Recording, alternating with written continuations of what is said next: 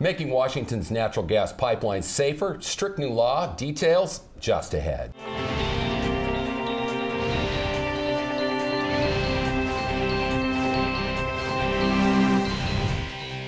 Welcome to Comcast Newsmakers. I'm Steve Mumm, very happy to be on location in the governor's mansion in Olympia today. There have been some serious incidents in the news of natural gas pipeline explosions in California and Pennsylvania. Washington State is working harder to make sure that doesn't happen here. My guest this hour is Jeffrey Goltz, Chairman of the Utilities and Transportation Commission. Thank you so much for being here. Thanks for having now me. that I scared them a little bit, you've got some good news, a new law in Washington, but also better infrastructure than those states I just mentioned. That's true. If you look around the country, there's a lot of old cast iron pipe that has been the subject of some incidents, like San Bruno, California, like Pennsylvania. We don't have any more cast iron pipe in the state of Washington, and another type of sensitive, somewhat dangerous infrastructure, bare steel pipe. We're down to our last few dozen miles of that, and that's being replaced. It'll be out within the next couple of years. We're still concerned, though, that we have some vintages of plastic pipe that might be sometimes subject to cracking or being brittle. The utilities are monitoring that carefully, and we've asked them all for replacement programs. And matter of fact, in Eastern Washington, a VISTA is underway with they have a replacement program in place. Even so, still a lot of people running into these pipes by accident. How many incidents a year? Well, it's a little hard to say because we don't have good reporting information, but we know that in the last year, there was 2011, I should say, there was 1,300. Now, only a few of those, resulted in leaks or damage.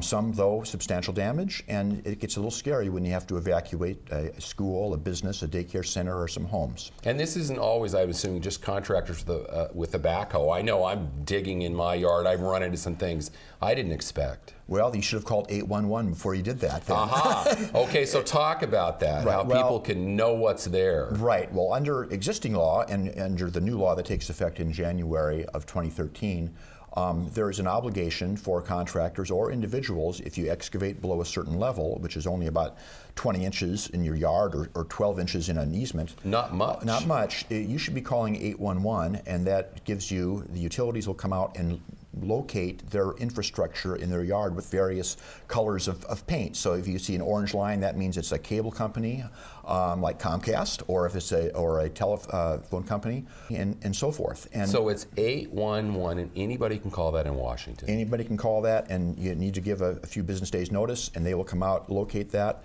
The contractors, if they don't do that, they can be subject to penalties. We have enhanced penalties under the new law. We are undertaking a lot of education efforts with contractors and others to make sure that we minimize, if we could eliminate, all that sort of third-party damage. And in that regard, there's a brand new law that's going on the books in January of 13. Give us a little bit more information. That's the first update in a long time. Right. Well, it defines better the responsibilities of contractors and utilities. It requires the homeowner or the contractor to mark out an area in white paint, the area of the excavation, and the utilities have to then mark within that area where the infrastructure is.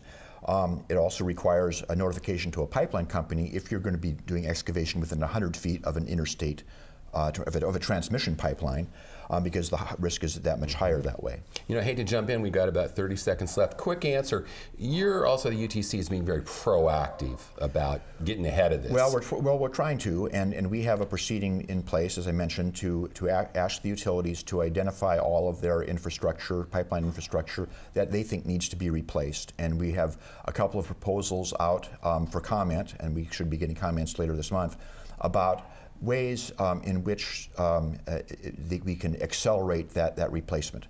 Now, I emphasize again, apologize. We're going to have to leave it there, but thanks for the update and getting people. 811, you heard it here. CNN, headline news, just ahead.